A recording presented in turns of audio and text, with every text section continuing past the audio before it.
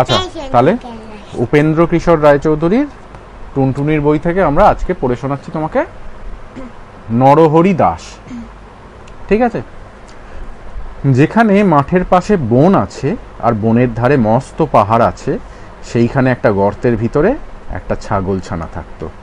সে তখনও বড় হয়নি, তাই গর্তের বাইরে যেতে পেত না। বাইরে যেতে চাইলেই তার মা বলতো, যাস নে, ভালুকে ধরবে, বাঘে নিয়ে যাবে, সিংহে খেয়ে ফেলবে। তা শুনে তার ভয় হতো আর সে চুপ করে গর্তের ভেতর বসে থাকতো। তারপর সে একটু বড় হলো, তার ভয় কমে গেল। তখন তার মা বাইরে চলে গেলেই সে গর্তের ভেতর থেকে উঁকি মেরে দেখত। শেষে একদিন একেবারে গর্তের বাইরে চলে এলো। শুয়ে পড়ো। সেইখানে এক মস্ত ষাঁড় ঘাস খাচ্ছিল। ছাগলছানা আর এত বড় জন্তু কখনো দেখেনি, কিন্তু তার শিং দেখে মনে করে নিল ওটাও ছাগল। ছাগলছানাটা তো এই প্রথম গর্তের বাইরে বেরোলো। বাইরে বেরিয়ে একটা ষাঁড় দেখতে পেলো, ষাঁড়টা ঘাস খাচ্ছে। সে তো আর ষাঁড় চেনে না, সে ভেবেছে ও তোরও শিং আছে, আমারও শিং আছে, তার মানে তুইও বোধহয় বড় ছাগল, ভালো। তাই সে ষাঁড়ের কাছে গিয়ে জিজ্ঞেস করলো, হ্যাঁ গা, তুমি কি খাও? ষাঁড় বললে, আমি ঘাস খাই। ছাগলছানা বলল, ঘাস তো আমার মাও খায়, সে তো তোমার মতো এত বড় হয়নি। ষাঁড় বলল, আমি তোমার মায়ের চেয়ে ঢের ঢের ভালো ঘাস অনেক বেশি করে খাই। ছাগলছানা বলল, সেই ঘাস কোথায়? ষাঁড় বলল, ওই বনের ভেতরে। ছাগলছানা বলল, আমাকে সেখানে নিয়ে যেতে হবে। এই কথা শুনে ষাঁড় তাকে নিয়ে গেল। সেই বনের ভিতরে খুব চমৎকার ঘাস ছিল। ছাগলছানার পেটে যত ঘাস ধরলো সে তত ঘাস খেলো। খেয়ে তার পেট এমনি ভারী হলো যে সে আর চলতে পারে না। সন্ধে হলে ষাঁড় এসে বলল, এখন চলো বাড়ি যাই। কিন্তু ছাগলছানা কি করে বাড়ি যাবে, সে চলতেই পারে না। তাই সে বলল, তুমি যাও, আমি কাল যাব। তখন ষাঁড় চলে গেল। ছাগলছানা একটা গর্ত দেখতে পেয়ে তার মধ্যে ঢুকে পড়ল। সেই গর্তটা ছিল একটা শেয়ালের।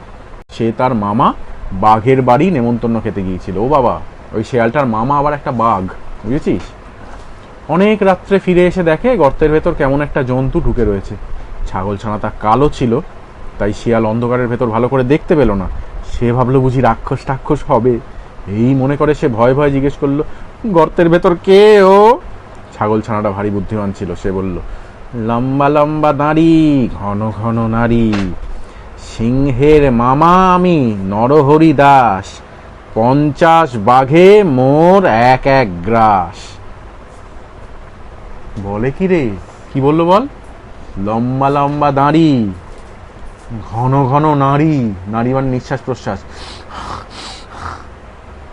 লম্বা লম্বা দাড়ি, ঘন ঘন নারী, সিংহের মামা আমি নরহরি দাস, 50 বাঘে মোর এক এক গ্রাস। এক এক গ্রাস মানে তুই মুখে একবারে যতটা খাবার নিস সেটাকে বলে এক গ্রাস। মামা হাতে করে খাবার মাখিয়ে তোর মুখে দিচ্ছে, তুই মুখে একবারে যতটা খাবার নিতে পারিস সেটা হচ্ছে এক গ্রাস খাবার। ও বলছে আমার এক গ্রাস মানে কতটা মন? 50 বাঘ। বলছে 50টা বাঘ আমি একবারে মুখে পুড়ে ফেলতে পারি।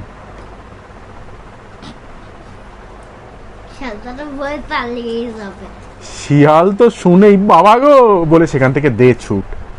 এমন ছুট দিল যে একেবারে বাঘের ওখানে গিয়ে তবে নিঃশ্বাস ফেললো। বাঘ তাকে দেখে আশ্চর্য হয়ে জিজ্ঞেস করলো, কি ভাগ্নে, এই গেলে আবার এখনই এত ব্যস্ত হয়ে ফিরলে যে? শিয়াল হাঁপাতে হাঁপাতে বলল, মামা, সর্বনাশ তো হয়েছে, আমার গর্তে এক নরহরি দাস এসেছে। সে বলে কিনা 50 বাঘে তার এক গ্রাস। তা শুনে বাঘ ভয়ানক রেগে গেল। বটে, তার এত বড় আস্পর্ধা, চল তো ভাগ্নে, তাকে দেখাবো। ভাগ্নে মানে মামা, ভাগ্নে। শিয়াল হচ্ছে বাঘের ভাগ্নে। তা শুনে ভয়ানক রেগে বলে, এত বড় আস্পর্ধা, চল তো ভাগ্নে, তাকে দেখাবো কেমন 50 বাঘে তার এক গ্রাস। শিয়াল বলল, আমি আর সেখানে যেতে পারবো না, আমি সেখানে গেলে সে যদি হাঁ করে আমাদের খেতে আসে তাহলে তো 2 লাফেই পালাবে তুমি, আমি তো তেমন ছুটতে পারবো না, সে আমাকে ধরে খাবে। বাঘ বলল, তাও কি হয়, আমি কখনো তোমাকে ফেলে পালাবো?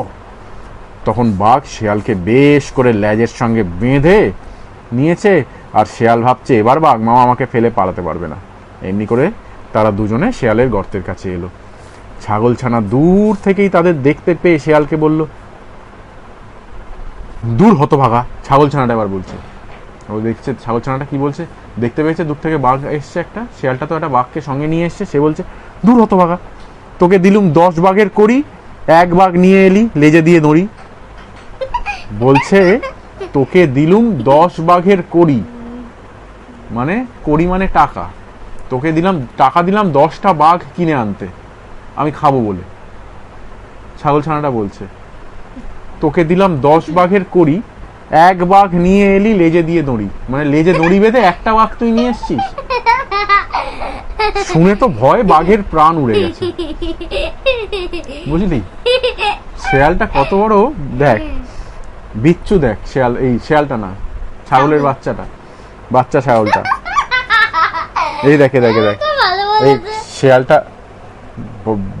বাঘের লেজের সাথে নিজের লেজটা বেঁধে রেখেছে। তাই দেখে ছাগল বলছে, তোকে দিলুম 10 বাঘের করি, 1 বাঘ নিয়ে এলি লেজে দিয়ে নড়ি।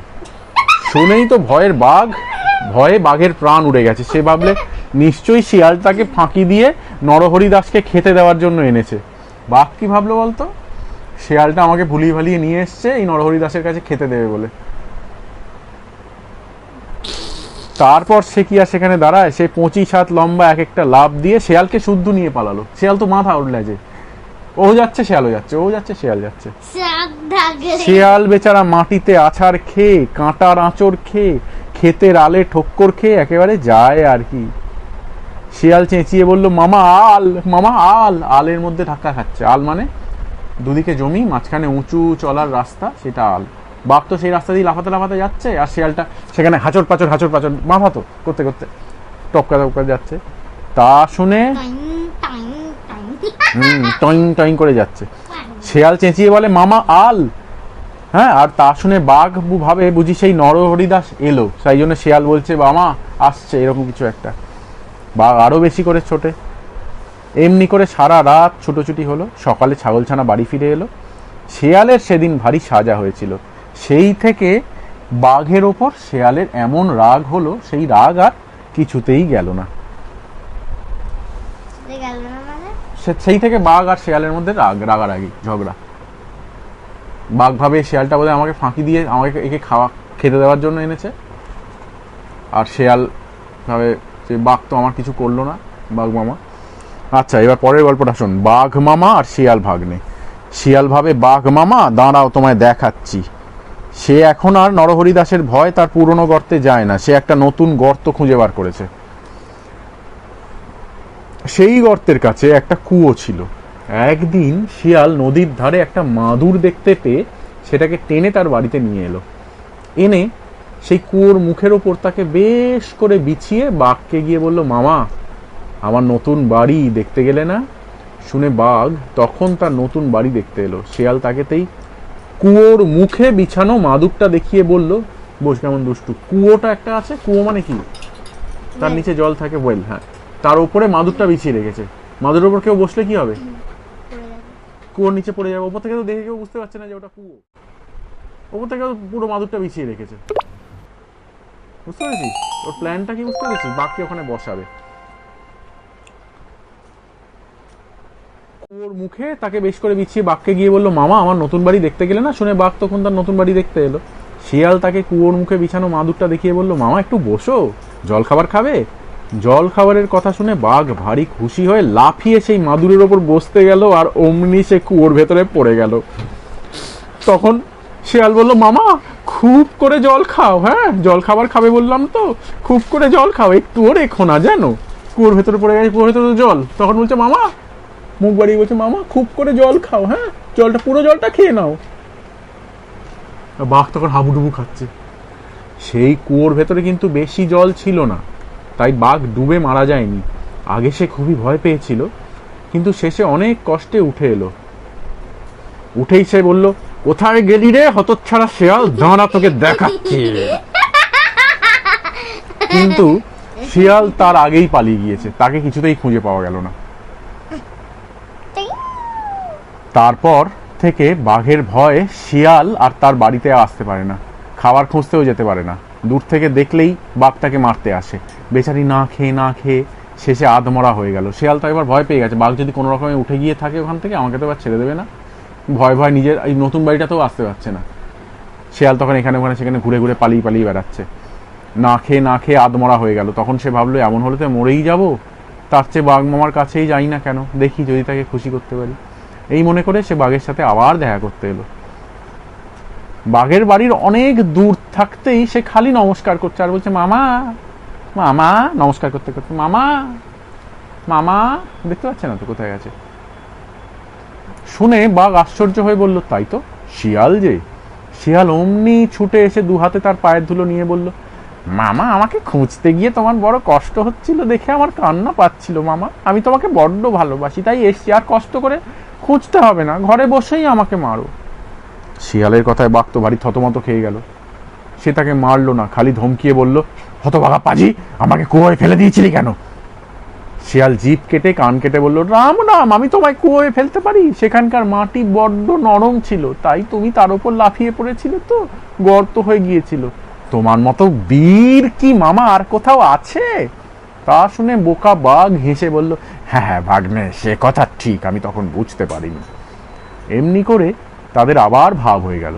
তারপর একদিন শিয়াল নদীর ধারে গিয়ে দেখলো 20 হাত লম্বা একটা কুমির ডাঙায় উঠে রোদ পোয়াচ্ছে। তখন সে তাড়াতাড়ি ছুটে গিয়ে বাঘকে বলল, মামা মামা, একটা নৌকো কিনেছি, দেখবে এসো। যত রকমের দুষ্টুমি, নৌকো কিনেছি বলে ওই কুমিরের মুখের মধ্যে ওকে বসিয়ে দেবে, এই ধান্দা। বোকা বাঘ সত্যি সত্যি এসে সত্যি সত্যি কুমিরটাকে নৌকো মনে করে তার উপর লাফিয়ে উঠতে গেল। অমনি তাকে কুমির কামড়ে ধরে জলে নিয়ে গিয়ে নামলো। তা দেখে শেয়াল নাচতে নাচতে বাড়ি চলে এলো। বাঘটার আর বুদ্ধি হয় না রে। চলো এখন এই অবধি থাক, আবার পরে শোনাবো।